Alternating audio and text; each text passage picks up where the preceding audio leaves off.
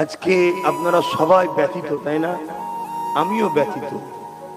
আমি সুস্থ ভাবে নেই এখন। আমি মানসিক দিক দিয়ে অনেক দিক দিয়ে খুব কষ্টের মধ্যে আছি।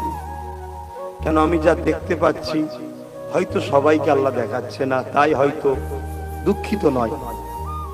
কেন এখনো অনেক মুসলমান দেখছি খেলা মেলা নিয়ে ব্যস্ত।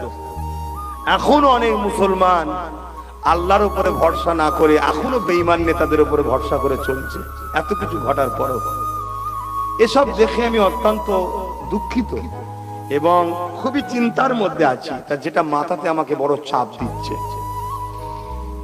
আমার তো এটা মনে হচ্ছে সমাজকে এটা বলা দরকার, যদি তোমরা পরিবর্তন না হও, যেভাবে জীবনযাপন করছে এভাবেই যদি করতে চাও, কমসে কম দোকানগুলোয় গিয়ে বাচ্চাদের জন্য একটু কাফন কিনে নাও।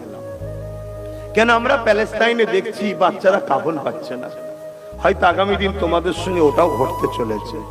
আপনি হয়তো ভাববেন কি বলছেন আপনি, আমাদের সঙ্গে এটা ঘটলে আমরা ছেড়ে দেবো নাকি? ভাই, এটা সবাই ভাবে, কিন্তু গত 10 বছর ধরে যে বিষয় নিয়ে আলোচনা করছি আজকে প্র্যাকটিক্যালে ঘটেছে না ঘটেনি? 10 বছর ধরে বলছি ওয়াকাফ চলে যাবে, তোদের ওয়াকাফ নিয়ে নেবে, তোরা ওয়াকাফ উদ্ধার কর, ওয়াকাফ বাঁচা, ওয়াকাফের জন্য লড়াই কর, ওয়াকাফকে নিজেদের কন্ট্রোলে নিয়ে আয়। ওয়াকাফ আমাদের ধর্মীয় সম্পদ, আমাদের ধর্মীয় সম্পদ অন্যের হাতে থাকবে কেন? আমাদের হাতে থাকবে। এটা গত 10 বছর ধরে কিন্তু আমি চিল্লাচ্ছি, কলিকাতার রাজপথে দাঁড়িয়েও চিল্লিয়েছি।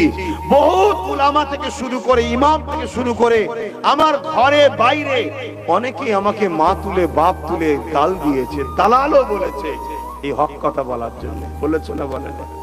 সাক্ষী দাও।